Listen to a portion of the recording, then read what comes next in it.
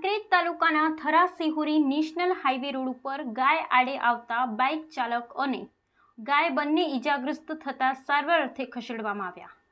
મળતી માહિતી અનુસાર કાંકરેજ તાલુકાના મુખ્ય મથક સિહોરીથી થરા નેશનલ હાઈવે રોડ ઉપર અનેક જગ્યાએ રખડતા ઢોરોના કારણે અવારનવાર નાના મોટા વાહનોને અડફેટે લેતા ગંભીર રીતે અકસ્માત સર્જાય છે।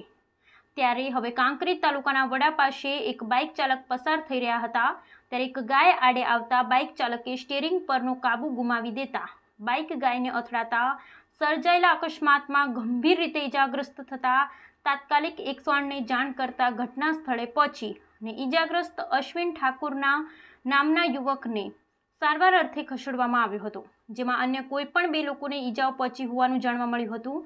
ત્યારે હવે નેશનલ હાઈવે ઓથોરિટી દ્વારા આવા રખડતા ઢોરોના કારણે અવારનવાર અકસ્માતનો ભોગ ન બને તે માટે પ્રયાસો હાથ ધરી અને સઘન પેટ્રોલિંગ કરી રખડતા ઢોરો પાંજરે પૂરવામાં આવે તેવી પશુપ્રેમીઓ અને ધર્મપ્રેમી જનતા સહિત વાહન ચાલકોની માંગ છે। Bureau report Jayantibhai Thakkar.